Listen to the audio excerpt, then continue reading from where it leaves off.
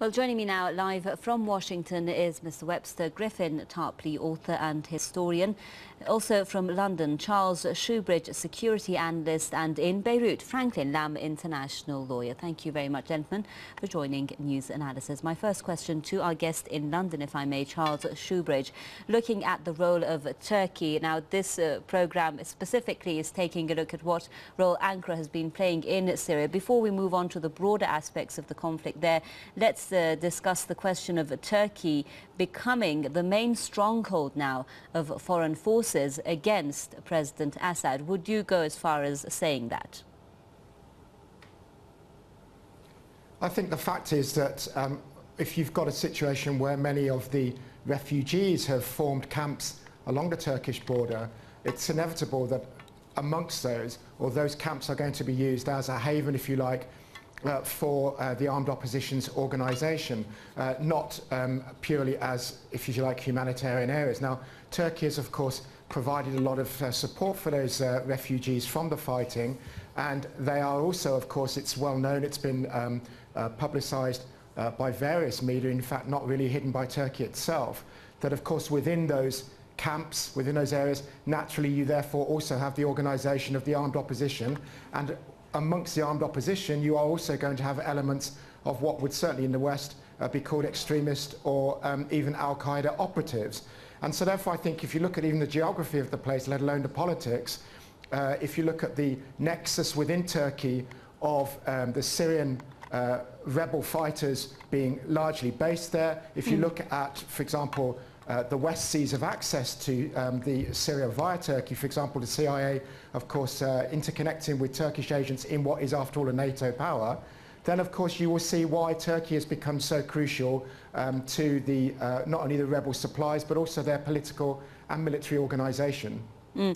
Now, Dr. Tarpley, let's bring you on this as well. Looking at Turkey's role, I'll just bring you a quote here now from Turkey's Foreign Minister Ahmet Davutoglu.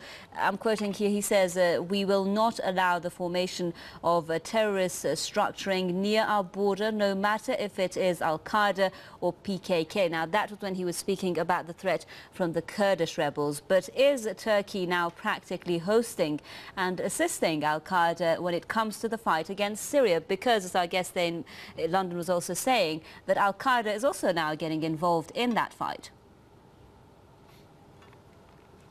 Well, Al-Qaeda has been an integral part of this from the very beginning, and they've been there because they've been brought in by NATO. Think of Al-Qaeda as the NATO irregular infantry, a guerrilla force, if you will, that works for NATO. And this structure is already existing on Turkish territory. Just some examples. The New York Times tells us that the CIA is present in southern Turkey as a traffic cop to direct weapons flows paid for by Saudi Arabia and the other feudal monarchies of the Gulf, to direct those weapons towards certain groups inside Syria. We had reports previously of a large airlift and sea lift of terrorists, I would say, from Libya, the people who overthrew Gaddafi, who had been shipped into Libya by NATO. They were then shipped into southern Turkey. Iskenderun is the place that was mentioned, and then they were moved into northern Syria. We even had examples of guests in tourist hotels along the Turkish Mediterranean coast complaining that Al-Qaeda terrorists had moved into the same hotel and were showing the Al-Qaeda flag. And then most recently the Reuters dispatch that shows in connection with the Incirlik NATO Air Force Base, U.S. Air Force Base, that there's a kind of a logistical hub there, which is in a place called Adana, which is directing these weapons flows. So it's too late to make these statements. I think you have to look, though, behind this. Turkey has obviously been conned. They've been manipulated. The ambition and the vanity of Erdogan and Davutoglu, it seems to me, has been played on systematically by Obama. The word here in Washington for the last year or so has been that Obama's favorite telephone partner, the person in the world that he calls more than any other, is Erdogan. And he's promising to make Erdogan great. He's saying, play my game and you will become the dominant satrap of the U.S. empire in the Middle East. And I'm sure Erdogan is also getting assurances from Saudi Arabia. Become the base for the attack on Syria, and you will reap all kinds of benefits. And of course, he's not reaping benefits. He's putting his country at tremendous risk. Right, and on that note that you just made there, I'd like to refer to a statement in the media about Turkey. In the next question to Franklin Lam in Beirut. Mr. Lam, one media statement was saying Ankara has become a champion of the uprising against Assad's Syrian regime because it's given refuge to a large number of army defectors, civilian refugees. Now, is that a part of what Turkey is trying to achieve, giving itself that image by the role that it's playing in Syria? And do you think that despite this, Turkey, the stance that Turkey has took on Syria is backfiring when it comes, for instance, to its relations with Iraq, when it comes to its relations with the Kurds? Well, first, Ramadan Kareem, I can barely hear your question. But maybe I have the gist of it, having to do with the role that Turkey is playing. And I think it's apparent that it's taking this opportunity to settle some scores with the PPK and the Kurdish rebels, but also to return to a position where Turkey was dominant in the region. And I think it sees perhaps this opportunity, and it's taking it, and I believe that's what we're witnessing. I do not think that they're going to cross the border. These threats, goodness, they've got what, 80 generals in prison for other problems in the Turkish military. I don't see them having the organization right now and the power to actually move demonstrably into Syria, which I believe would be a major mistake if they did. But I think they're taking every opportunity, and we're in the West who are supporting these kind of machinations are giving them ample opportunities to benefit and to try to restore a previous power base that Turkey, of course, had in the early last century. Right. Back to London now, Mr. Shoebridge. I guess earlier on in Washington, referring to the ties now between Turkey and the United States, how important those ties have now become.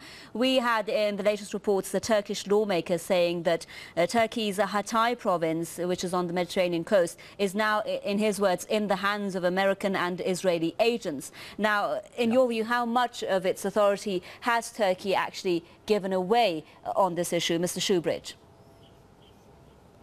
I think obviously all countries are beholden to their political ties. We need to consider not just the regional but also the global level of Turkey's interactions with its allies.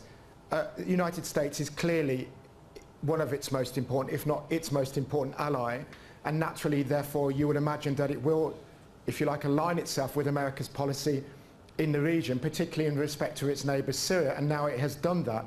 In fact, of course, Syria, Turkey is going beyond what the United States is actually, on the surface at least, publicly doing, in that it is actually channeling arms and equipment directly to the rebels as opposed to through intermediaries. There's also an issue in relation to the EU. Don't forget that not only is Turkey a member of NATO, it is also seeking EU membership. The EU is also supporting, albeit not with weapons, but it is supporting politically the rebels on the ground and outside Syria, and therefore again we can expect Turkey to do this.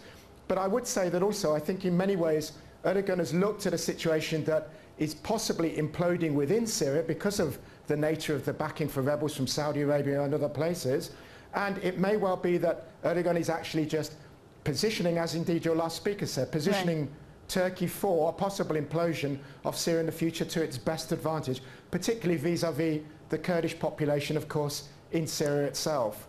Right, and back to Washington, Mr. Tarpley, would you say that Turkey is not seriously considering any kind of military intervention in Syria? We know, of course, that there's been a lot of news of its deploying missiles, troops, armoured vehicles along the border. What is it preparing for through these deployments?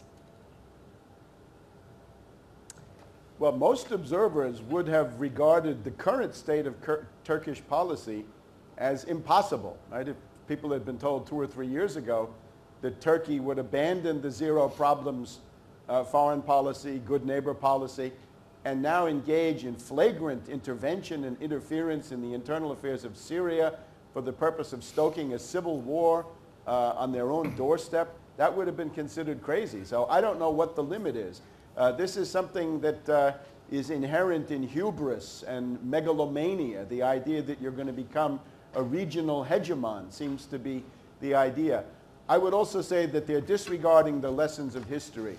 If you look back to Ataturk at the end of the First World War, Ataturk's basic idea was valid, and he said, we cannot survive here as the Ottoman Empire. We can, however, survive as a Turkish national state in the Anatolian Peninsula, and in that form, we can thrive. We can do very well. And Turkey was doing very well in terms of development and progress until these current troubles began. I had a chance to talk to General Aoun, Michel Aoun of Lebanon, who last November in his little fortress above the Mediterranean said, Turkey is the last country that should become involved in these adventures because they're split. They've got secularists and Islamists. They've got a Kurdish minority. And by meddling in this way, they're getting themselves into big trouble. Now let's look at this PKK. Erdogan has brought this up. Erdogan is complaining. He says the PKK has taken over certain parts of northern Syria, and they're going to operate into Turkey, and he wants the right of hot pursuit back into Syria. Well, Erdogan, you should have thought of that, right? The great principle of international relations is reciprocity. If you foment troubles in Syria, then you're going to sow the wind and reap the whirlwind when that comes back to haunt you. And the hot pursuit doctrine would work both ways. But by doing this, Erdogan has really created his own greatest nightmare, which is a general uprising of the Kurds, which I think under these circumstances would certainly have tragic aspects for many people in the region. Right, let's have Mr. Dam's view on this as well, the type of action that Turkey is planning to take. Now, Mr. Dam, the White House has given a statement saying that Turkey and Washington are coordinating their efforts to accelerate a political transition in Syria. Now, what are those efforts, do you think, and how far is Turkey willing to go? Well, I agree with the comment made earlier that I think the Americans will go as far as they think necessary to achieve not just regime change, but to really squeeze, the next domino, in a sense, Iran in this situation. I don't think Obama will go as far as American forces en masse on the ground, but we cannot even rule that out. Our guest said something about the doctrine of a hot pursuit, which I don't think is applicable here. That in international law, the Israelis try to use that, but that is only applicable if you see that agents of in this case Syria crossing the border, but not some group that the government would not argue it had absolute control over. But I just don't know how far the Americans are prepared to go, but they are certainly seeing this opportunity, and it may be a, quote, breakthrough for them in the American plan, in this sense that that 530-mile border is giving more and more opportunity to bring arms and agents and fighters and material and support equipment into Syria to confront the regime, from behind the scene, quote unquote.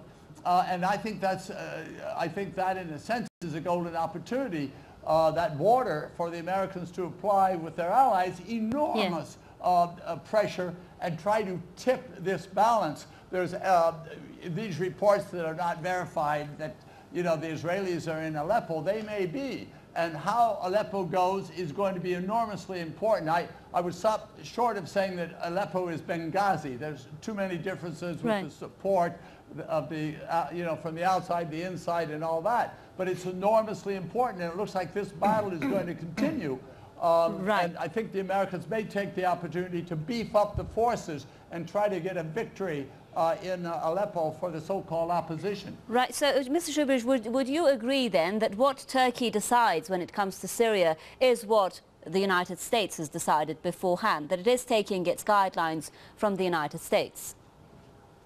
Yes, I think they're working together. Like I say, they're both members of NATO.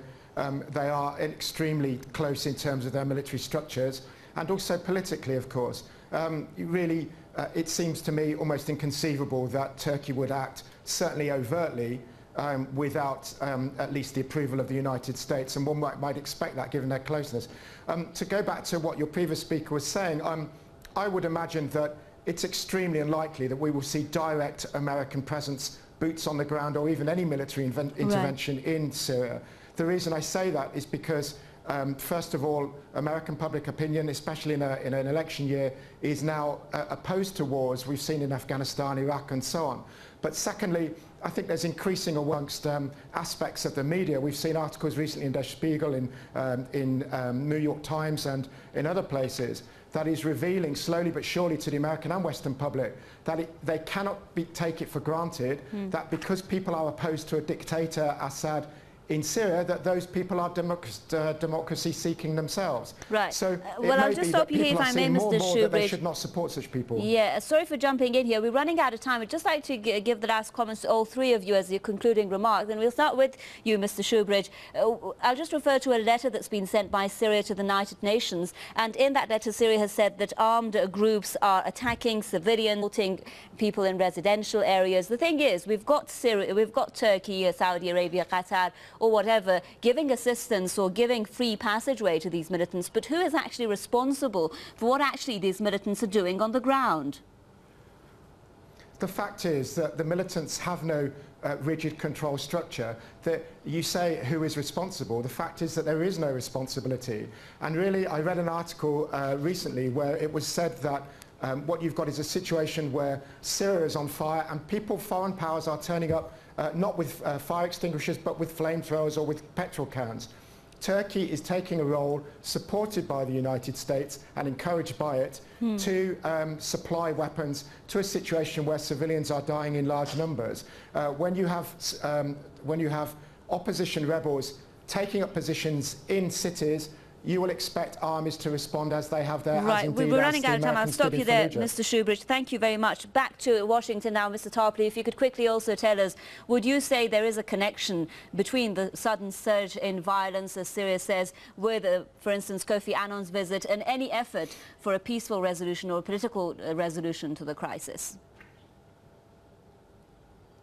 Well, we've had two waves of foreign fighters being brought in. One wave was brought in during this past winter into the spring, and that's what has been active over these past months.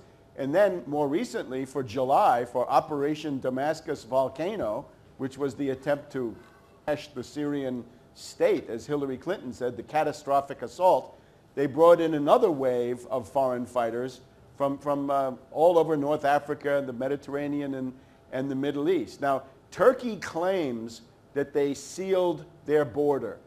They didn't. It would be good if they did, but they're still allowing illegal border crossings to function. My advice to Turkey would be pull back from this while you still can. Seal your border. If Turkey cut off access to foreign fighters, if they just said we'll take refugees but not allow weapon shipments to go in, the rebellion in northern Syria would die down in short order. Right, and I'll stop Turkey you there, says Mr. they want to Tarpley. join the really Shanghai sorry. Cooperation Organization. They'll never really get in the SCO at this rate. Yeah, back to Franklin Lamb. Just quickly, Mr. Lamb, in under a minute, who would you say is responsible for rejecting or blocking a political resolution of the situation in Syria? Again, I only got a little bit, but if it's who is responsible for blocking it, well, I think certainly both sides. Both sides have pledged to support the 6 appoint Annan plan, for example. They say they want it. Everybody says they want it. But neither side has taken the first step to have a ceasefire. So I think the blame is to be shared there. But I would say the momentum and the increasing involvement is coming from the opponents of the Assad regime, the international opponents. They're finally getting organized and opening up the spigots and the Right. and the pathway. So I think they're probably the primary. They don't want an end to this without regime change. In my We've run opinion. out So I of think time, they're Mr. more Franklin responsible. Lamb. Thank you very much. International lawyer joining us there live from Beirut. A big thank you as well to Charles Shoebridge, security analyst with us from London, and Dr. Webster Griffin, Tarpley author and historian with us from Washington. Thank you. And thank you very much, viewers, for staying with another edition of News Analysis. From me, Homa Lesgi, it's goodbye.